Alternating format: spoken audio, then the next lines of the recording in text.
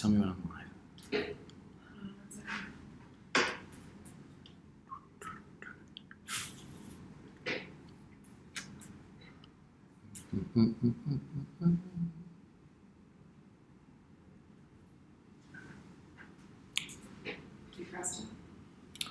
Yeah, it should be live, right?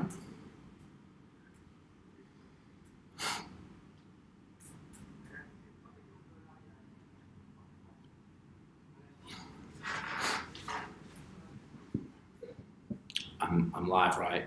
Am I sitting here like an idiot going, hello?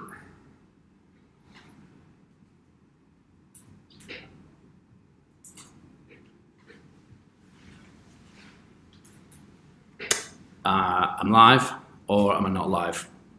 Sorry guys, we've been wrestling with the YouTube's new interface today, so give us a couple more minutes. Sorry about this. I think I'm live, but I'm not even sure at this stage. Am I live? Yeah? All right. Typical start to our live streams there. We'll get it right one day, right? Not. Well, what a week that was. Finally, April 27th came. We launched the mainnet.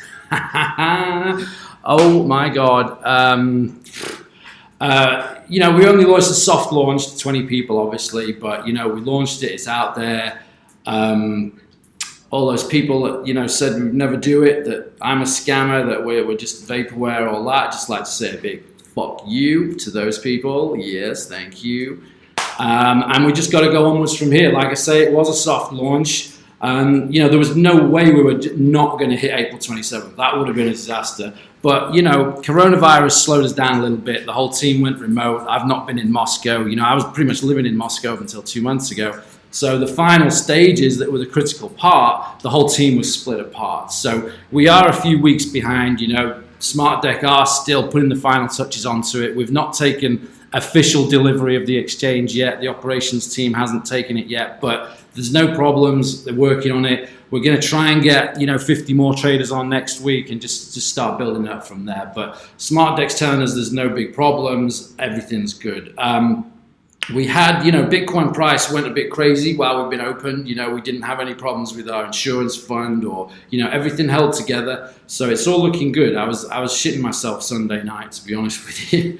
But it's all actually worked out really well. So a huge thank you to SmartDeck. They really did deliver. I went to them, in a state, and they delivered. So very, very thankful to them. They've done a great job. Everyone knows what a great development team they are.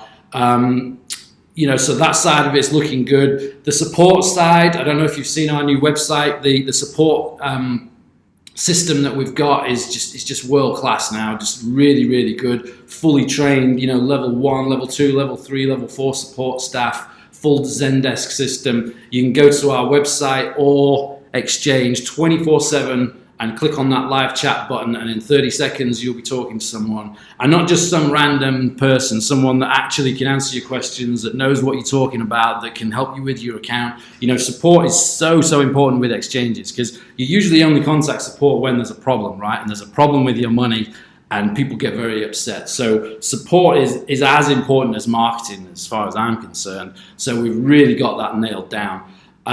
Next thing we've really got is something that you guys don't know about yet. It's the operations team that we've built. Really, really good. They're out in Kiev. Obviously, we haven't needed them up until now because we haven't had anything to operate. But the two people that we've got leading that are, just couldn't have asked for better people, really. We've got a director of exchange operations, and we've also got like a lead.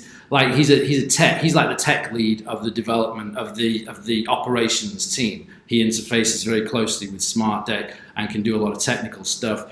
He's a futures and derivatives expert. He actually in his previous work and work that he continues to do, he's actually worked with every single futures exchange in the world. He's actually physically connected to the API of every exchange in the world, every futures exchange in the world. He's very familiar with all those aggregate systems. He's done a lot of stuff working with a lot of different futures and derivatives platforms. Complete expert on the whole subject. He actually him and our director of operations together they did a full study a couple of years ago on exactly what they would need to do to build their own futures exchange. They did that full research. They had a lot more sense than me. They did the full research and decided not to do it. Doofus over here did no such thing and just charged ahead. But the stars aligning the way they have done, I'd rather be lucky than good. We've met up. And now these two, just absolute futures and derivatives experts, just absolutely, you just couldn't wish for anyone better. They're the people running the Digitex Futures Exchange right now. So that's where the operations team is. We're currently hiring more risk managers and market maker guys in Kiev. We're filling up an office in Kiev with creatives, with operations, some developers. So that's going well. So that's development. Good, support's good, operations good, marketing, oh my God, marketing, well, we've got that big wait list, so, we're just waiting, we're chomping at the bit now for SmartDeck to let more people in, so we've got that big wait list to get through. Our traffic team is just on another level right now. We've got this hugely sophisticated, content marketing, advertising system out there that's just generating mad traffic for us. We can pretty much switch it on and off. We can switch on 1,000 signups a day, really. We can, once the main net's cranking, we can flick the switch and we can get enough traffic where we're consistently getting 1,000 signups per day. We can just switch that on right now. On top of all the social media stuff we do, and the blog's always busy. Very, very happy with what we can do with marketing right now. That's on that side of it. Other aspects of marketing, I don't even know where to start. I'm not going to tell you about this plan yet. I'm just going to give you a little teaser of what's in store. But basically, I did realize that my job is not so much just building a futures exchange. That's part of it. Marketing a futures exchange, that's part of it. My job is creating demand for the Digitex token. The Digitex token is what it's all about. But that's what we all care about. Let's be honest now.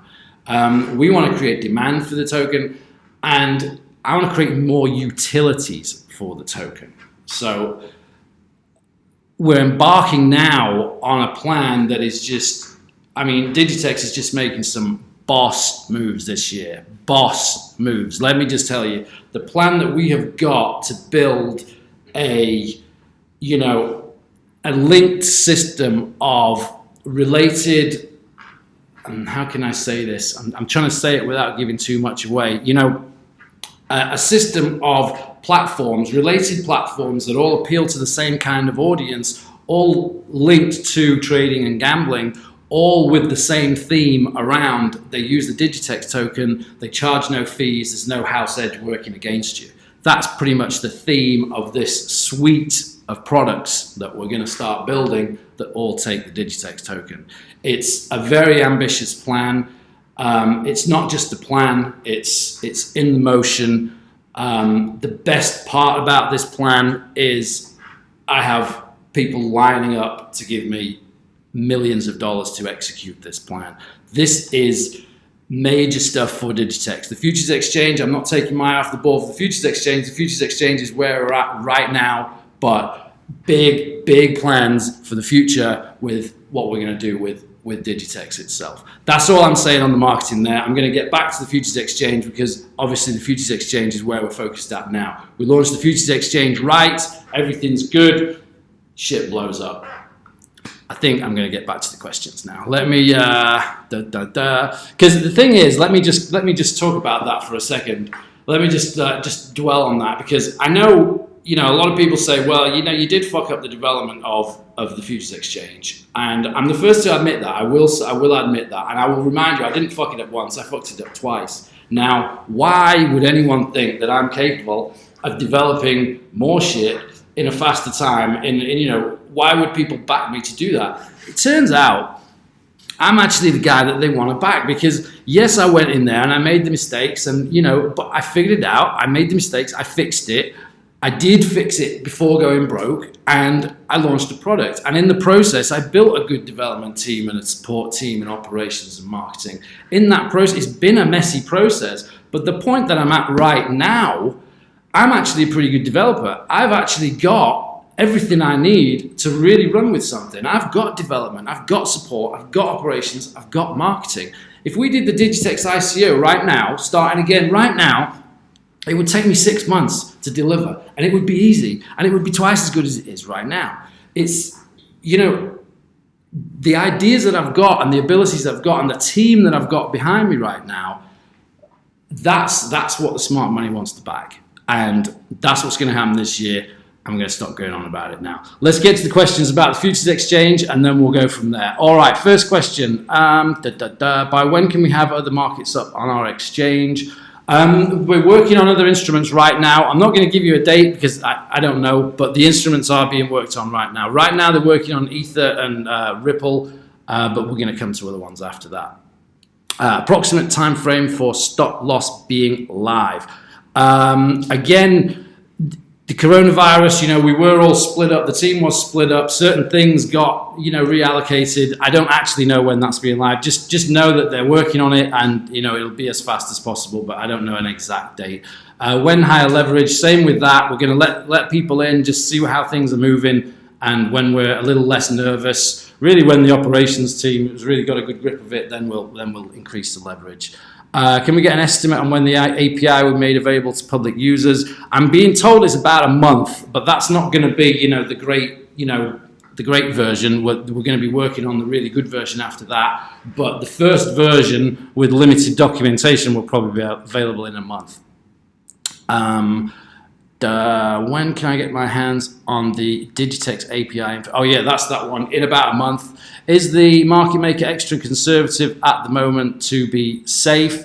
The market maker at the moment, yeah, he's losing at the moment. I've set him to lose. The guys that are trading right now do have, you know, not only are they not paying commissions, they've actually got an edge in their favor because the market maker's playing fast and loose. He's not losing too much, you know, it's under control, but I just wanted the price to be moving around because there's only 20 guys on there, right? I mean, 20 guys, if there might only be 2 or 3 of them trading at the same time. So market maker's doing well. It's not losing too much. But again, the operations team in Kiev, we're moving the market making operation over there. We just hired yesterday a new guy who's going to be focusing on that.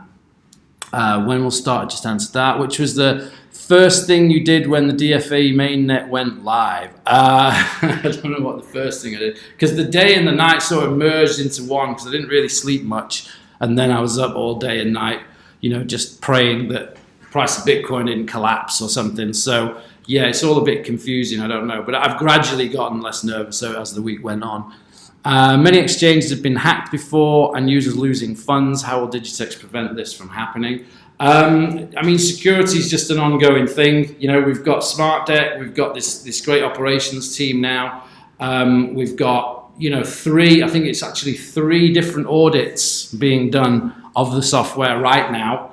And we've got our own internal auditing team that we're building again in Kiev. Kiev's the spot to be. We're going to have like 100 people in about 4 months time in a building in Kiev. Digitex has got everything in one place. We're just going big. Anyway, do we need to make 50 trades or 50,000 contracts for airdrop? Oh, that's the airdrop. The 1,000 Digitex for the waitlist thing. I believe you have to do 10,000 round turns. I believe that's what it is. So it is, right. So 10,000 round turns and then you can withdraw your money. And the reason with that is, you know, we're giving you that money, but we do want to get something for it. We want you to, you know, put some volume through there. Maybe you like it. You know, at least then we're getting something for that money. After the onboarding process, how long is it going to take to deliver spot market? The spot market. I want to get the spot market done by, you know, fall of this year, but I mean, I don't know. I can't say at the moment. I would say by the end of the year, it's certainly going to be done, but I can't say for certain when exactly that's going to be ready. I'm thinking it's going to be the end of the year. Why not increase the market maker fund to 200 million by printing more tokens? Since tokens are not in circulation, that won't affect the overall market cap. That is an idea I've been toying with. I've been talking about that with my operations team and things. Just what can we do with the token minting abilities we've got? You know, token minting is a sensitive subject because people think you're just going to run the presses, the price is going to collapse because, you know, obviously we're not going to do that. There's got to be a balance. But, you know, our token, having control of our token, that's like, I see that as like our superpower. You know, that's what makes us different from other exchanges. It's what allows us to be zero fee, for instance. There's some disadvantages to having to use our tokens, so we should therefore press the advantages that are there. You know, you can trade zero fee, but if we could, you know, mint a couple of tokens to give away through market makers, for example, if we did this, you know, the effect of that would be, you know, a small inflation rate that's going to devalue the token, but by giving those tokens away and making the markets very liquid and actually have an edge in your favor, who's to say we're not going to attract 50,000 more traders because of that? So you've got the, you know, the devaluation of the token because you're minting some, but then you've got the increase in the demand from people attracted to getting those free tokens. So we got to play around with this a lot. Like I say, my new operations team is just all over this. We've got so many complex things that we're figuring out now regarding things like this, but we're really, really trying to make it an exchange that's just unique. You know, it's just different.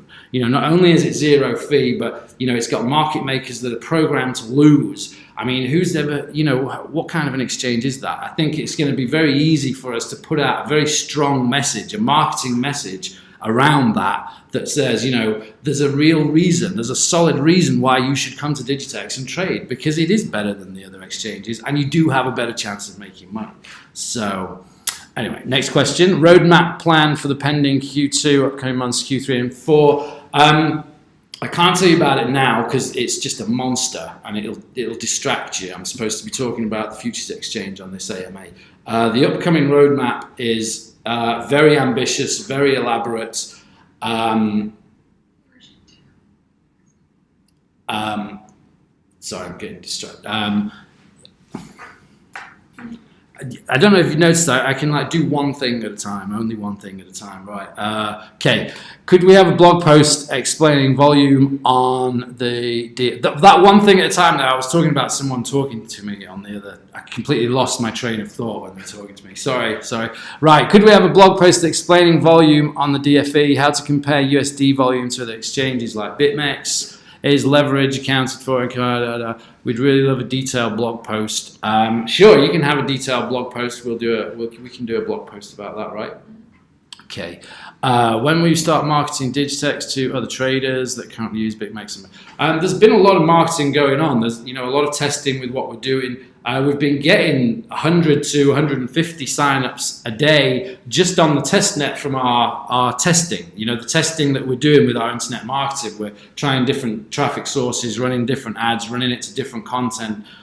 Just small scale stuff, and that's just naturally resulting in about 100, 150 testnet signups a day, and that's how we know we can just crank it up to 1,000. So there's a lot of a lot of marketing has been going on, not too much. You know, you might have noticed in April we were a little quiet because we did know it was going to only be 20 people. We didn't want to build people up to, we didn't just want to hype it up and then have it collapse when people realized it was only 20 people. We're trying to be sensible here. We're trying to do the right thing with the marketing. We haven't gone crazy with it because we're not fully ready yet.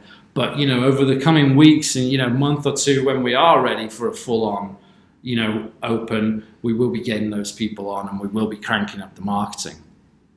In the future, would it be possible to have a CPD and a liquidity pool for Digitex? For example, I want to have my stable position use DAI as collateral to borrow Digitex from the pool. Now I have exposure to Digitex and now I can trade on the exchange. CPD. Oh, you mean a CDP, a collateralized debt position? Maybe that's what that means. I don't know what a CPD is. But if you mean a collateralized debt position for creating a stable coin out of Digitex, I actually did write a little bit of a paper on that. I don't know if we're going to go with that, but I have written that out. I wrote out like a 10-page document describing how we could use the Digitex token to create some kind of stable coin that you trade with, but then you get your Digitex tokens back when you pay back the stable coin, something like that. It does have its issues. It can be manipulated if it's not liquid, but again, that's something I'm going to give to my operations team, and we're going to take a proper look at that. Can you talk about a bit about the trading arm of DFE? The trading arm is just really the bots that we're running right now. It's basically going to be, the operations team in Kiev, but very strict instructions not to make any money. We're not running this exchange, to take money off the traders, either in commissions or in trading profits. So all market making stuff that we are going to do is going to be all about just creating liquidity and just losing slowly over time. But can you explain to the users how and if the team vesting tokens can also be sold through the treasury? Well, I mean, anything can be sold in the treasury. Any tokens that get sent to the treasury get sold. So mechanically that is possible.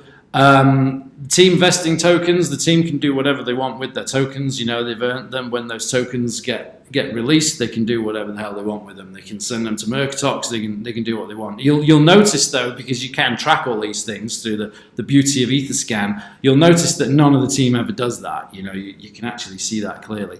I sent a few tokens, I think, from the treasury from the vesting contract to the treasury. I think that caused a ruckus about a week ago, didn't it? Yeah, I had like 700,000 tokens left over, so I sent them into the treasury. You'll notice when I sell tokens from the treasury, I take the ether and send that ether straight back to Mercatox, and I buy more tokens and send them back to the treasury. I don't know if you've noticed me doing that, but again, look at the treasury on Etherscan, and you'll see that I've been buying millions of tokens from Mercatox. You can just see that it's just a fact. It's just plain as day. I'm a big buyer of Digitex because, I know what's coming. Where's this one? Can you talk about a bit about the funding situation of DFE? Is everything in for the time being? The funding situation, funding is a very fluid thing, right? We are on a mad hiring binge right now. I think we hired was it 14 new people this month? I'm losing track. Don't worry about funding. I got plans, I got big plans, I got balls, and I got money. That's all you need to know. So that's that one. Hi Adam, great job with the mainnet. Can we have Forex markets on the DFE? Yes, we can have Forex markets. I'm not sure exactly when those are coming, but that is a plan, yes. Can the developers remove the restriction on the mainnet when the P&L is minus 100,000 or more? It's not possible to open another trade till the next funding event. Oh, so somebody actually found that out for real, did they? Well, that sucks. Yeah, I guess we could do that. I'll have a word with them about that. How many hours a day will you be trading on the DFE? Well, if you count my market makers, then 24 hours a day. My computer's never off. I'm always watching them. We've got the operations team is kind of taking over that. So there's going to be a 24/7 team there that's running the market makers. But yeah, I'm just keeping an eye on it constantly, as you might expect.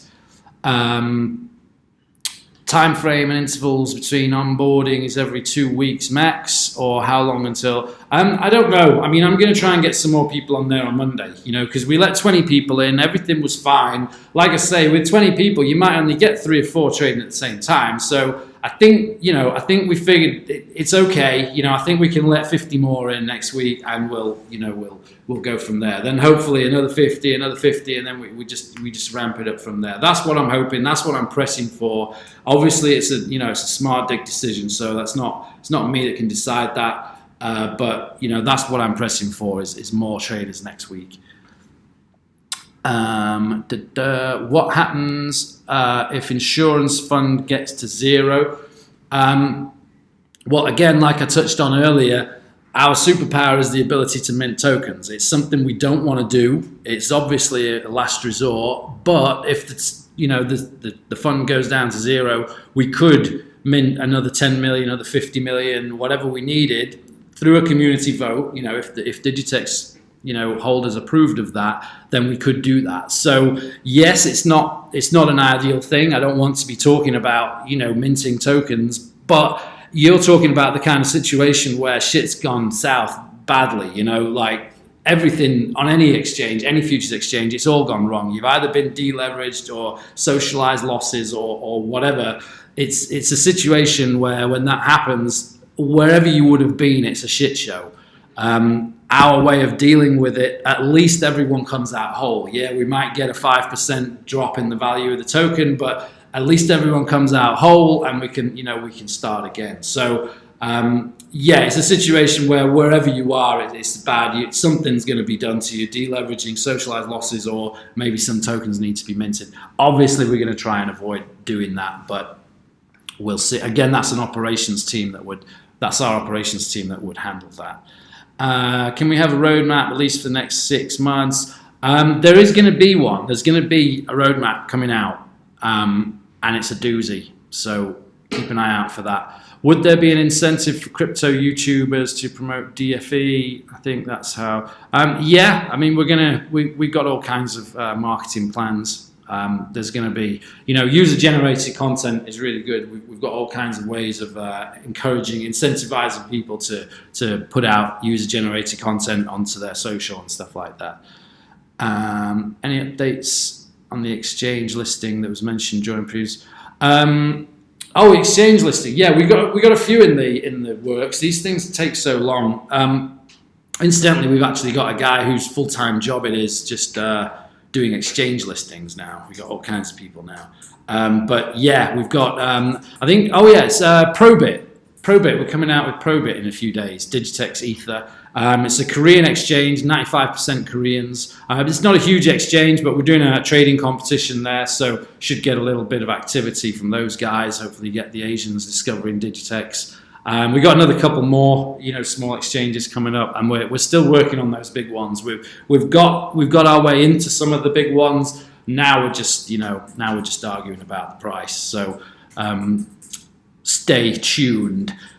Since all things in DFE are calculated in Digitex, will our exchange be tracked by CoinMarketCap? Well, we're gonna aggregate for the sake of the aggregators. We're gonna do some kind of USD recalculated figures, so the aggregators can just handle things normally without them having to figure it out. So we're going to get on all the places we can. We want to get on that contract market cap too. We want to be on like the derivatives focused ones too. What? It's in the works. Oh, that's in the works. We're actually going to get on contract market cap too. Are the funds sufficient for you to manage these many number of employees? Yes.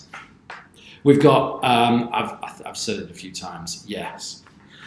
Does the market maker bots use leverage, or are they at 1x? We've got those running just at 1x at the moment. I think they are, 1x, because there's no point doing leverage with your own thing.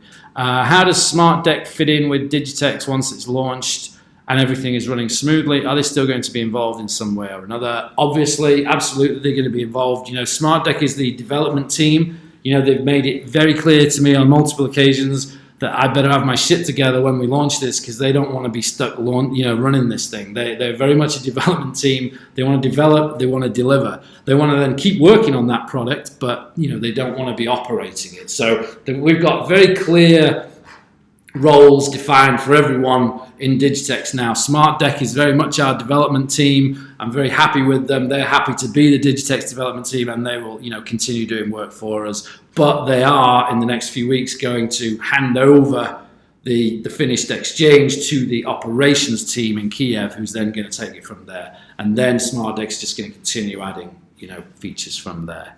What's the biggest thing or moment in the past 2 years of getting the DFE from a dream to reality that stands out for you? What's the biggest thing in the last 2 years?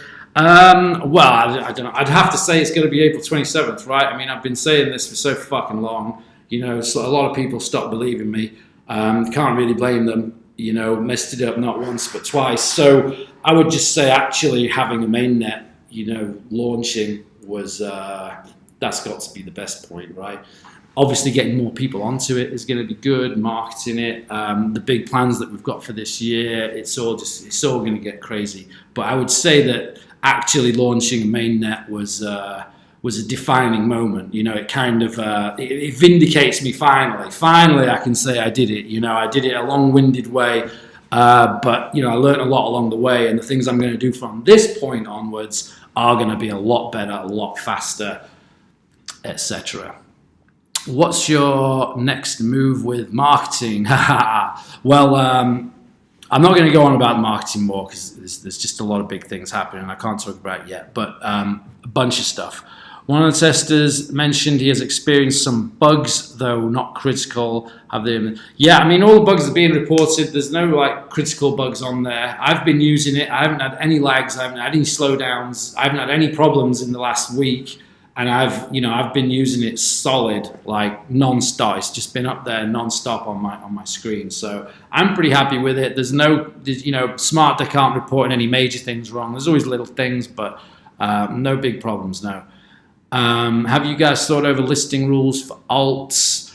I haven't, to be honest with you. We are putting together the specs, the proper like detailed specs for the spot market, because now that is actively being worked on. But we haven't really been, we just haven't had the time and the resources to really work on the spot market while we were trying to get the futures market done. We really had to prove ourselves with the futures market. That's why I never mentioned this grand plan I've got with these other products and things. I've never mentioned that before because I don't want to look like I'm getting distracted, because I'm not. I'm 100% focused, not 100%, 95% focused on Digitex Futures Exchange. I had to get that out, because if I don't get that out, how can I do other things? Now that I've got that out, I really want to run with the other things, because now I've got the ability to do those things.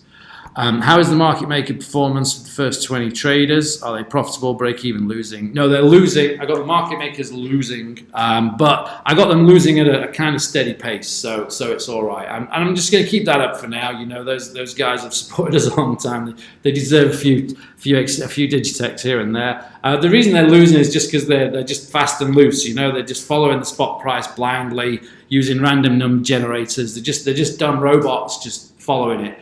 Hitting bids, lifting offers, just gradually, just slowly, just losing money like that. How does Digitex store the deposits made by users, cold or hot wallet, multi-sig or single? Yeah, we've got a multi-sig, we've got a cold wallet and a hot wallet system, and it's multi-sig, so I can't move the funds around without other people getting involved. How exact? Just standard, proper security stuff, just all the standard stuff. Security is just an ongoing thing. We've got several people now that are, field experts in that, involved, in SmartDeck and in Digitex. So we got that covered.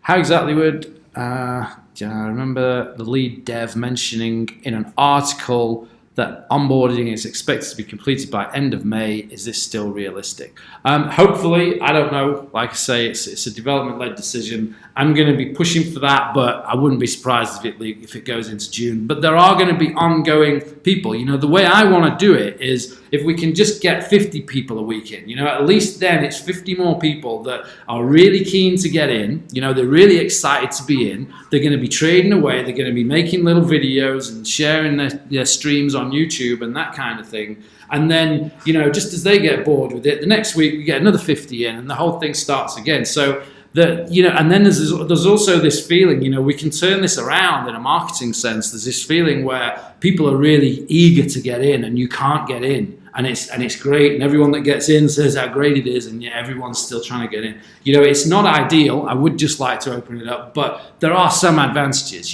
From a marketing perspective, we can do something with that. So hopefully, as long as we can just let more people in on a weekly basis, we can stretch out the launch. SmartDeck will be happy. It'll be a little bit more saner, and from a marketing perspective, it's just going to look like this launch is just going on and on and on. Digitex is everywhere, so I think it's not actually that bad. We can do something with it. What's your thoughts on the Treasury buyback?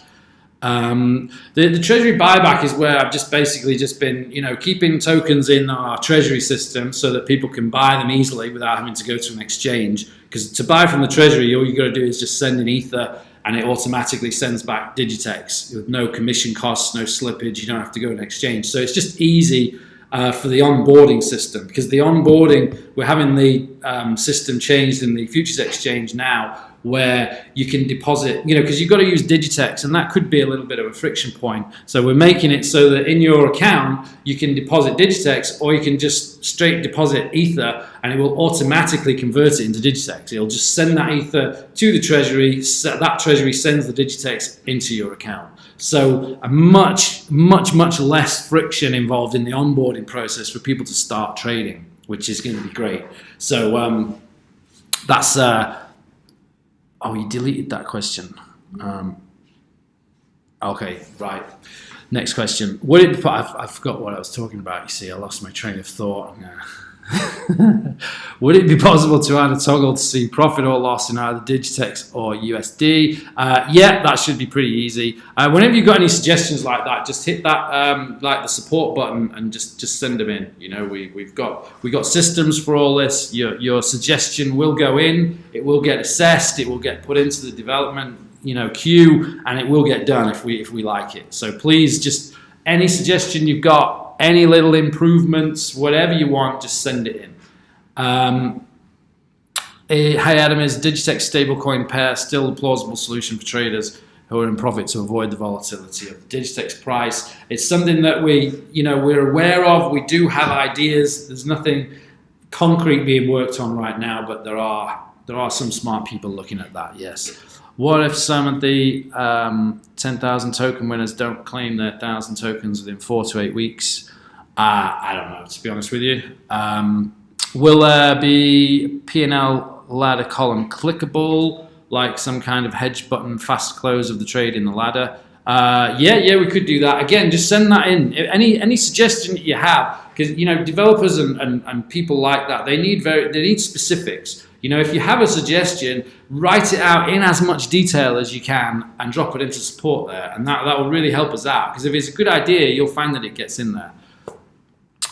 Will you implement something to show how much fees have been saved? Oh, we could do that. That was a good idea. Yeah, could have that. And I just remembered what I was talking about before when I was talking about the deposit system. It was the treasury buyback. Yeah, I was talking about the treasury buyback. Has it been a success? I think it's been all right. I've been buying tokens from the treasury. Like I say, I've bought several, not from the treasury, from Mercatox, and putting them back into the treasury. So the treasury buyback is basically when the treasury empties, I want there to be Digitex tokens in there because people can now deposit Ether directly into their Digitex trading account. So because of that, there always has to be tokens in the treasury. So when it goes empty, I go to Mercatox and buy 500,000 tokens or whatever, million tokens, and send them back into the treasury. So I'm just keeping the treasury topped up, basically. That's what the buyback is for. I think it has had a bit of a positive effect on the price. I'm not sure, because basically whatever demand comes into our treasury that wouldn't have reached the exchanges, I'm then sending it back to the exchanges. So I think it has had a bit of a positive effect on the price, but not too much, because as soon as people realize what you're doing, you get some people trying to game it. So it's not really had that much of an effect, but I think overall it's been a positive thing. Can you still skateboard handstand? Of course. You mean you can't? Will DFE be connected to TradingView once the API is released? I don't know exactly, but we're going to be hooking it up to wherever we can. Digitex is going to be everywhere. When social platform? Well, I can't say anything about that at the moment, but big things happening around that. Is there any lending feature in Digitex Exchange in the future? Absolutely. I mean, we've got no plans for that. Again, all good ideas are going to be seen and actually processed, and actually worked on. So maybe, yeah, I think that's a good idea. All right, that's the end of the questions. Thanks, guys. I'm going to wrap it up there. Really, really happy with the first week of how it's gone. Futures Exchange is still my, it's my baby. It's really, I'm so glad that it got out there. I'm going to continue to work on it, continue to improve on it. Right now we've got plans to improve on it. The new lead, the new tech guy that we've got in operations, the futures and derivatives expert, the guy who's worked with literally every futures exchange in the world. He's looking over it now, giving a detailed review of the state of the software, how it is, how it should be, the features that it should have, things that we should do to it. I've got the UI team working directly with him to integrate whatever features he says it needs into the UI. We're taking user feedback over the next 6 months, And we're just already we're starting work on, just rebuilding version 2 and just coming out with just a solid futures exchange platform, probably by, the end of this year, early next year, along with the other suite of supporting products.